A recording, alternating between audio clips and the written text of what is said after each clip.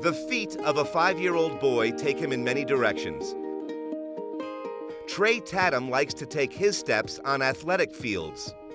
Football, baseball, basketball. Get him all. Trey's father is the head wrestling coach and physical education teacher at Meade High School, and his mother is the PE teacher at Alpine Elementary in Longmont. Oh, hey babe. His was the normal life of a very energetic little boy. Good job. Then one day, everything changed. My ear was hurting. We thought he had a ear infection.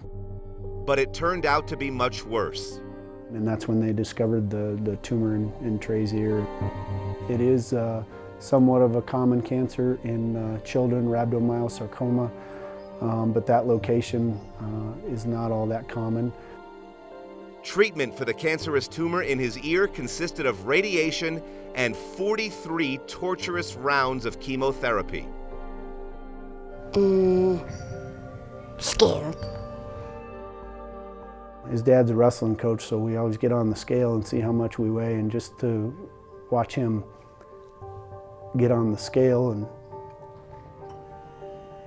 see, you know, a little 45-pounder go down to 35 pounds was pretty tough. Toughness is what defines Trey Tatham, and his love for playing sports helps him in his fight with cancer. I can go faster than a cheetah. I can go that fast. It was something that you weren't going to deny him no matter how bad he felt. He might only play sometimes for a few minutes in a game, but he wanted to be there.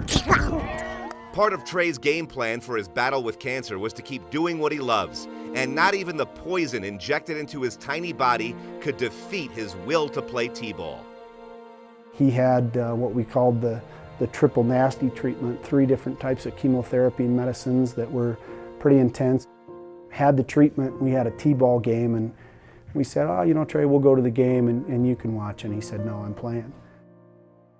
So we got to the game and he sat on the dugout and he looked at Mom and Dad and put his helmet on. He said, I'm playing. And you know, with his bag of fluids and whatnot, went out there and batted, and I chased him around the bases, and I mean, he was running as hard as he could to get all the way around. And I think it was one of the things that was a constant in his life, is being able to participate in sports and be around his buddies and be a normal kid, and not be the kid that has cancer, just be like everybody else. Trey is also a great teammate and friend. He visits Sam Macaluso, who is in a battle himself with Ollier's disease, and recently had part of his left leg amputated at Children's Hospital. Trey and I went up to Sam's hospital room and visited, and I mean, Trey crawled in bed with him, and you know, Trey still didn't have all his hair. You know, Sam just had surgery to have part of his leg amputated, and those two could have cared less about it. You know, it's those disabilities and whatnot meant nothing to them.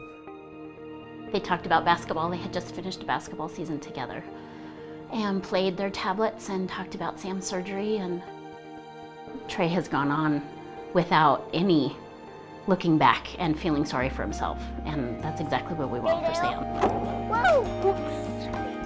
You're struggling with your own emotions through this whole thing, and you're trying to be supportive of your son, and he's actually the one that is showing you the way. He's kind of taking the reins and saying, hey, you know what, it's going to be all right, and I'm going to be all right. Come on, Dad. Trey's passion for life is seen on the athletic fields, and his future looks encouraging.